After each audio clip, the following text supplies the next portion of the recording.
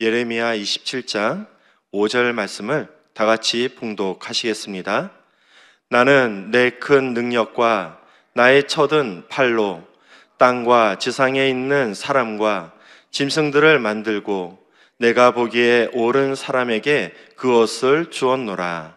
아멘. 저는 오늘 함께 봉독한 예레미야 27장 5절 말씀을 근거로 해서 하나님의 절대 주권이라는 제목으로 함께 은혜를 나누도록 하겠습니다. 우리는 인생을 살아가면서 내 힘으로 모든 것을 컨트롤할 수 있다, 그러한 생각을 하며 살아갈 때가 있습니다. 그래서 열심히 노력하면 성공할 수 있고, 또 철저하게 계획을 세우고 노력한다면 이 종국에는 목표했던 것을 이룰 수 있다 생각을 하며 살아갑니다. 하지만 우리가 기억해야 할 것은요, 언제나 우리가 생각했던 대로 또 기대했던 대로 이러한 것들이 흘러가지 않는다는 것입니다. 아무리 철저하게 계획을 세우고 노력한다 할지라도 언제든지 문제를 만나 실패를 감당할 수 있게 된다는 것입니다. 예를 들어서 건강하게 살고 싶습니다. 그래서 몸에 좋다는 음식들 골라 먹고 열심히 운동을 합니다. 그런데 언제 불의의 사고를 당해서 어려움을 겪을지 알지 못한다는 것입니다. 우리는 이런 경험들을 통해서 깨닫게 되는데요. 우리들 인생이란 아무리 노력한다 할지라도 우리 힘으로 어떻게 할 수 없는 것이구나, 이러한 생각을 하게 됩니다. 2020년 코로나19 바이러스가 전 세계에 덮쳤습니다. 그때 사람들은요, 처음으로 이 세상도 멈출 수 있구나라는 것을 경험하게 되었습니다. 눈에 보이지 않는 바이러스를 통해서 나라가 멈추게 되었습니다. 또 학교와 직장, 심지어 교회까지 문을 닫게 되었습니다. 그동안 엄청난 발전을 이루었다 생각을 했습니다. 그래서 모든 것을 컨트롤할 수 있다 생각을 했습니다. 그런데요, 우리 힘으로 그 어떤 것도 통제할 수 없었습니다. 그때 우리는 분명하게 느꼈습니다. 아무리 철저하게 준비하고 계획한다 할지라도 모든 것을 주관할 수는 없구나, 이런 것들을 깨닫게 되었습니다. 그래서 하나님은 예레미야 선지자를 통해서 우리에게 말씀을 주시는데요. 예레미야 27장 5절 말씀 다시 한번 하나님께 올려드리도록 하겠습니다. 나는 내 큰 능력과 나의 쳐든 팔로 땅과 지상에 있는 사람과 짐승들을 만들고 내가 보기에 옳은 사람에게 그것을 주었노라. 하나님께서 땅과 지상에 있는 사람과 짐승들을 만들었다고 말씀하십니다. 그리고 내가 보기에 옳은 사람에게 그것을 주었노라 말씀하고 있습니다. 즉 하나님께서 천지와 만물을 창조하시고 이 세상을 친히 다스리고 있다 선포하고 있는 것입니다. 우리네 인생 얼핏 보면 힘의 논리로 돌아가는 것 같습니다. 그런데요, 그 속을 자세히 들여다보면은 결국 하나님께서 이끌어 가신다는 것을 깨달을 수 있습니다. 예레미야가 살았던 시대는요, 이 남유다가 바벨론이라는 이 거대한 제국 앞에서 두려움을 떨고 있을 때 이야기입니다.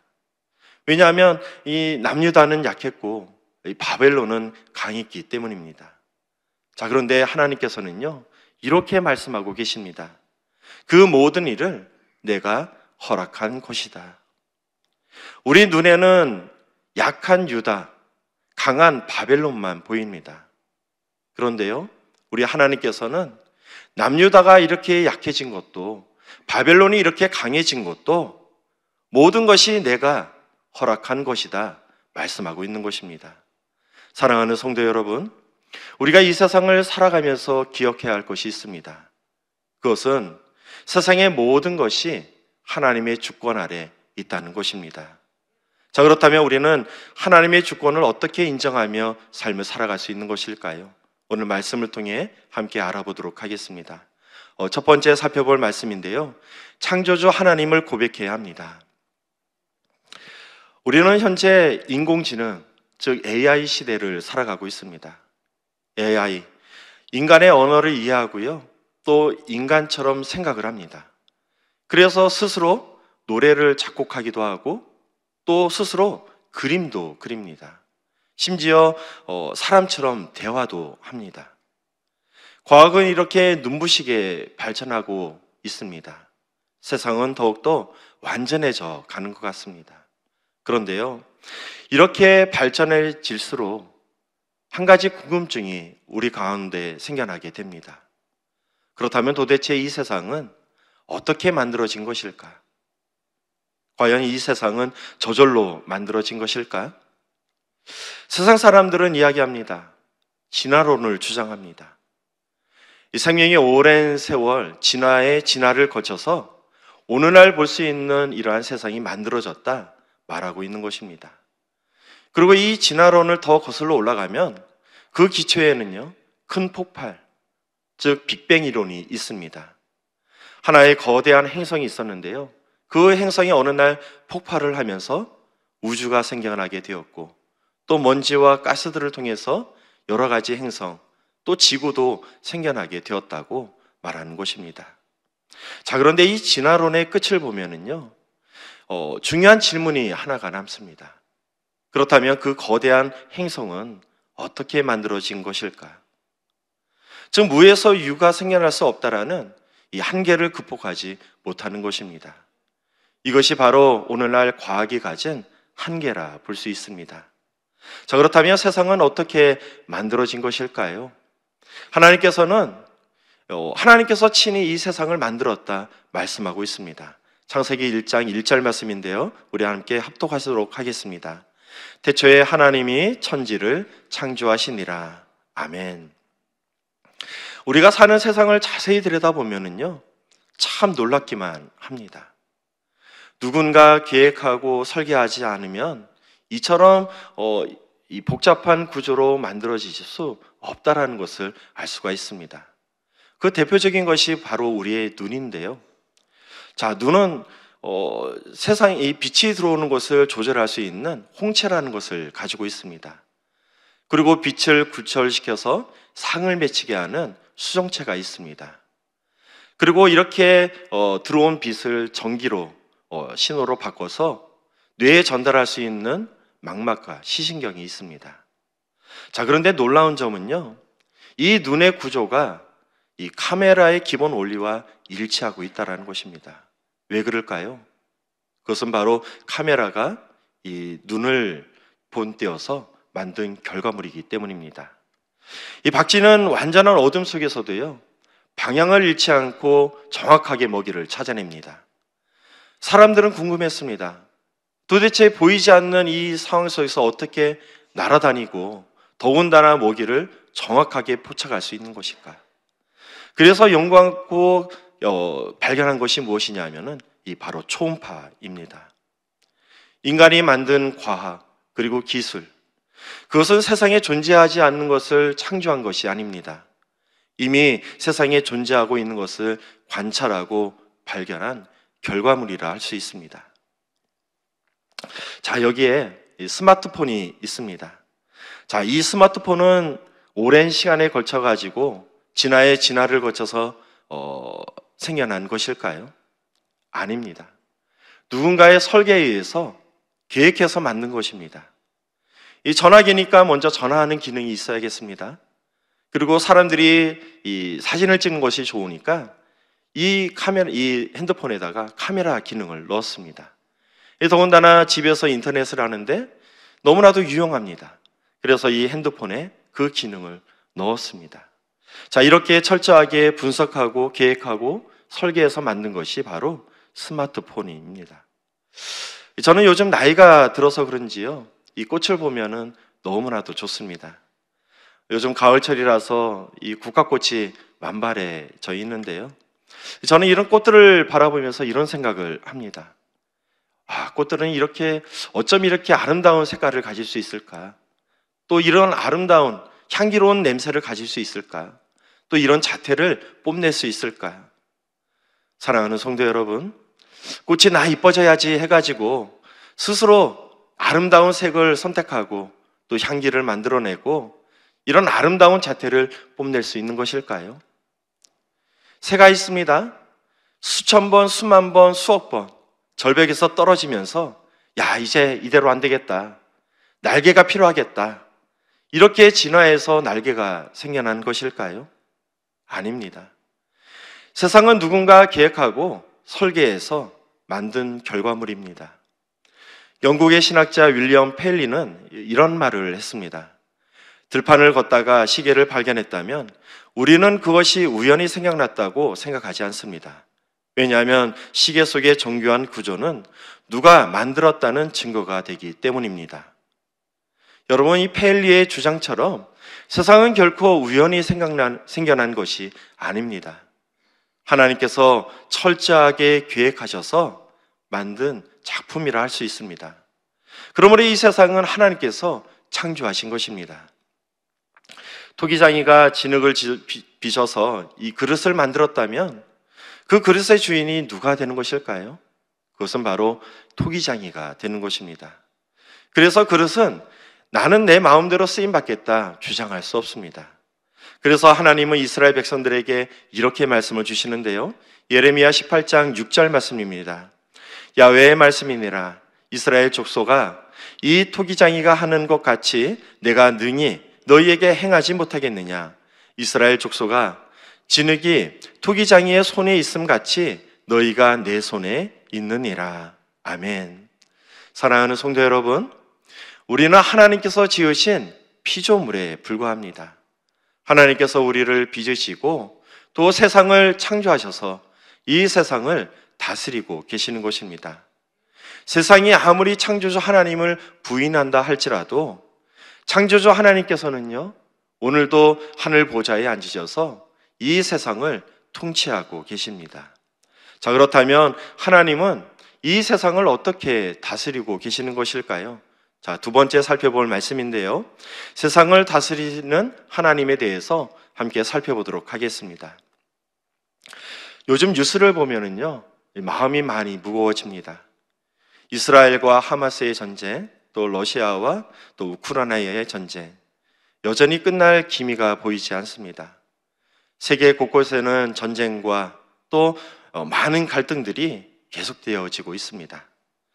사람들은요, 그러한 문제들을 바라보면서 그 원인을 몇몇 권력자들에게서 찾고 있습니다. 러시아의 푸틴 때문에, 또 이스라엘 지도부와 하마스의 지도부 때문에, 미국의 대통령 때문에. 자, 그래서 사람들은 강한 몇몇 나라의 이 지도자들에 의해서 세상이 움직이고 있다 생각을 합니다. 여러분, 과연 그럴까요?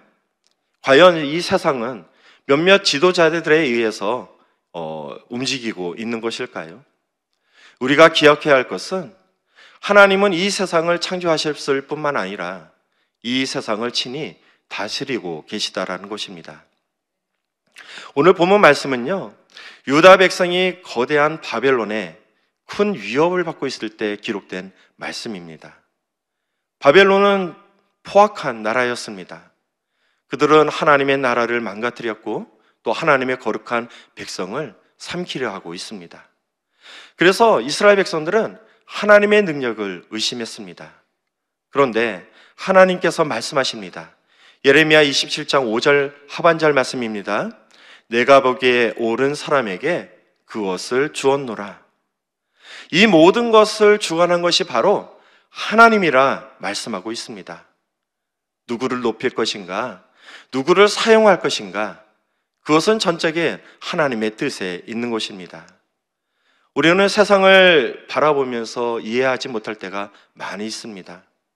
어떻게 악한 세력이 이기고 또 불의한 자가 높아질 수 있는가? 진짜 하나님이 살아계시다면 어떻게 이런 일이 일어날 수 있는가 생각을 하게 됩니다. 하지만 우리가 그런 세상을 바라보면서 불안할 필요가 없다라는 것입니다. 왜냐하면 이 모든 것을 허락한 것이 바로 하나님이시기 때문입니다. 하나님께서 이 세상을 이끌어 가시기 때문에 우리는 그것을 보면서 두려워할 필요가 없다라는 것입니다. 요셉은 형제들의 시기와 미움으로 인해서 애굽에 팔려가게 되었습니다. 애굽에 팔려간 요셉은 종으로서 또 감옥에 갇힌 죄수로서 수년 동안 억울한 일을 당하고 고달픈 인생을 살아야만 했습니다.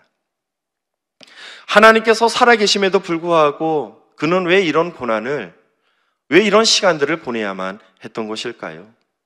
요셉이 겪는 어려움을 정녕 하나님께서 모르셨기 때문에 요셉이 그런 어려움을 겪었던 것일까요? 성경은 분명히 말씀하고 있습니다. 창세기 39장 2절 말씀입니다. 야훼께서 요셉과 함께 하심으로 그가 형통한 자가 되어 그의 주인 애굽의 사람의 집에 있으니, 하나님께서 요셉과 함께하고 계셨다 말씀하고 있습니다. 그래서 그가 형통한 자가 되었다 성경은 말씀하고 있는 것입니다. 그런데요, 성경 말씀을 잘 살펴보면은 하나님께서는 그 요셉의 억울함을 풀어주지 않으셨다라는 것입니다. 하나님은 요셉이 노예로서 또 감옥에 갇힌 자로서 살아가도록 그냥 내버려 두셨다라는 것입니다. 왜 그러셨을까요? 험난한 인생을 마치고 마침내 애굽의 총리가 된 요셉이 고백합니다. 창세기 50장 20절 말씀입니다. 당신들은 나를 해하려 하였으나 하나님은 그것을 선으로 바꾸사 오늘과 같이 많은 백성의 생명을 구원하게 하시려 하셨나니. 아멘. 요셉이 보기에는요, 내가 힘이 없기 때문에, 빽이 없기 때문에 세상에 끌려가고 있구나, 이렇게 세상에 짓눌려 살아가고 있구나 생각하게 되었습니다. 하지만 이 모든 것을 계획하시고 요셉의 삶을 이끌어 가신 것은 다름 아닌 하나님이셨습니다. 우리의 인생도 마찬가지입니다. 우리는 힘의 논리로 세상을 바라보며 살아갑니다. 지도자를 잘못 뽑아서, 투표를 잘못해서, 날 도와줄 사람이 없어서, 내게 힘이 없어서. 그런데요, 하나님은 이렇게 말씀하고 계십니다. 이사야 46장 10절 말씀입니다. 내가 시초부터 종말을 알리며 아직 이루지 아니한 일을 옛적부터 보이고 이르기를 나의 뜻이 설 것이니 내가 나의 모든 기뻐하는 것을 이루리라 하였노라. 아멘. 이 세상 하나님께서 친히 만드시고 우리 하나님께서 친히 다스리고 계십니다. 그러므로 우리는 세상을 바라보면서 두려워할 필요가 없습니다. 아무리 세상이 요동치고 흔들린다 할지라도 우리 하나님께서는 결코 흔들리지 않습니다.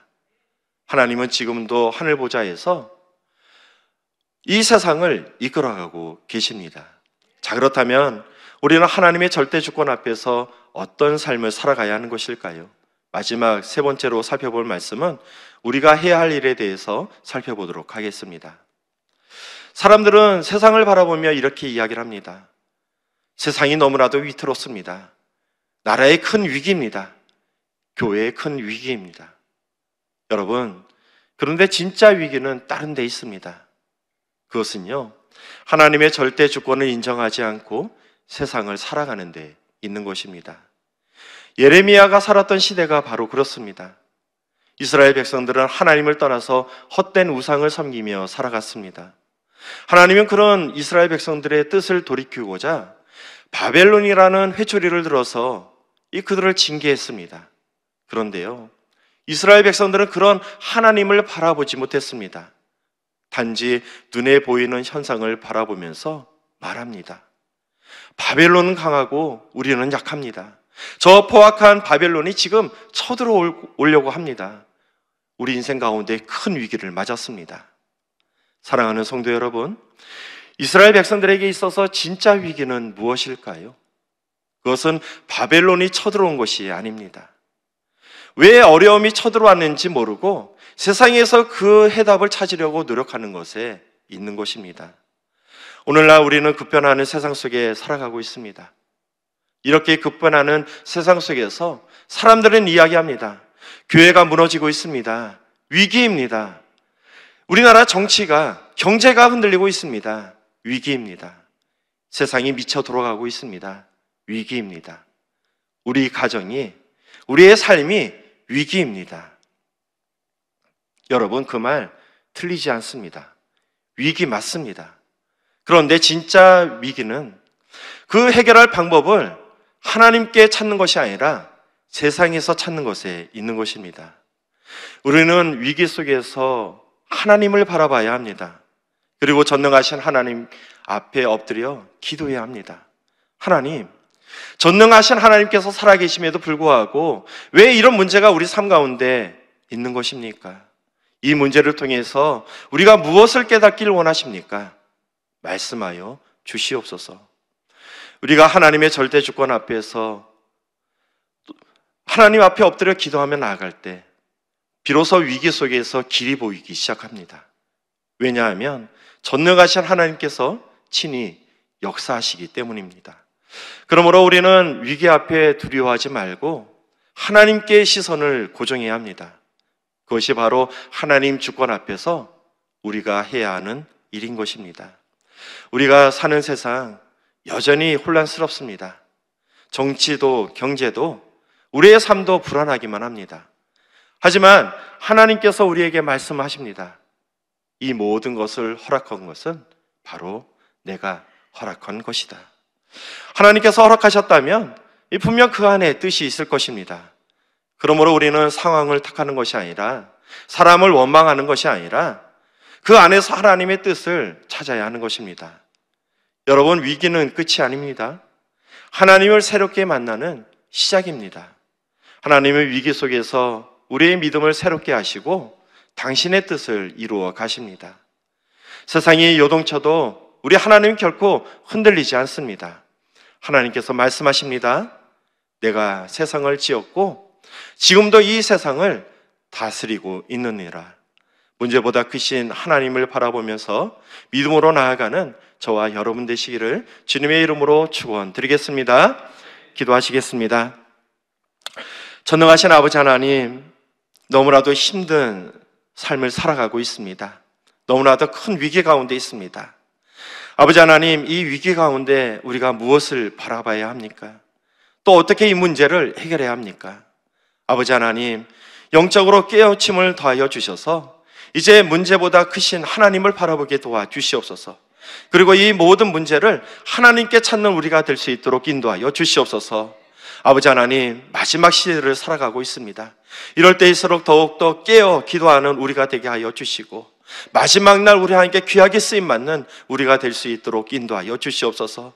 이 땅을 축복하여 주시옵소서. 정치, 경제, 사회, 문화, 외교, 국방 안정하게 도와주시고, 그로 말미암아 마지막 날 우리 하나님께 쓰임받는 나라가 될 수 있도록 인도하여 주시옵소서.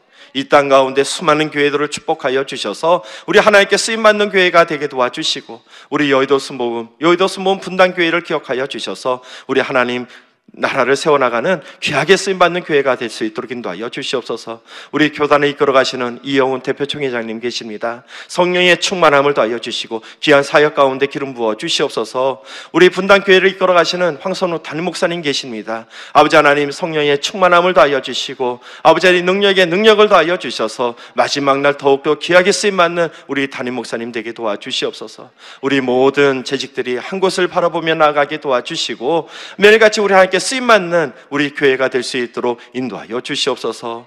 아버지 하나님, 오늘도 귀한 예물을 가지고 나온 우리 성도님들 계십니다. 아버지 하나님, 올려드리는 모든 기도와 간구를 들응답하여 주시고 우리 하나님의 큰 축복을 더하여 주시옵소서. 또한 간절한 기도 제목과 가지고 나온 우리 성도님들 계십니다. 올려드리는 모든 기도를 기억하여 주시고 응답을 더하여 주시옵소서. 모든 기도 우리 구주 예수 그리스도의 이름으로 기도드리옵나이다.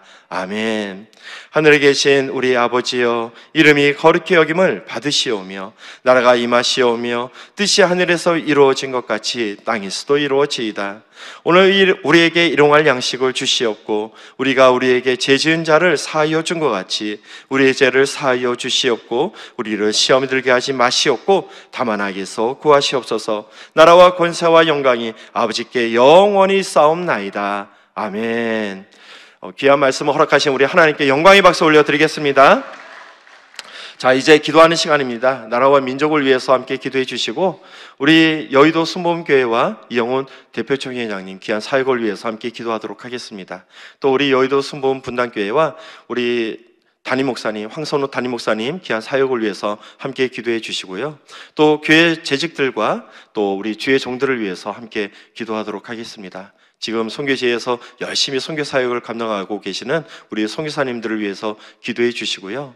자, 오늘 또 금요 성령대마이가 있는 날입니다. 또 다니엘 기도회가 진행 중에 있는데 이 기도회 가운데 우리 하나님의 큰 기적의 역사가 임할 수 있도록 우리 주여 삼창하시고 뜨겁게 기도하도록 하겠습니다. 주여, 주여, 주여.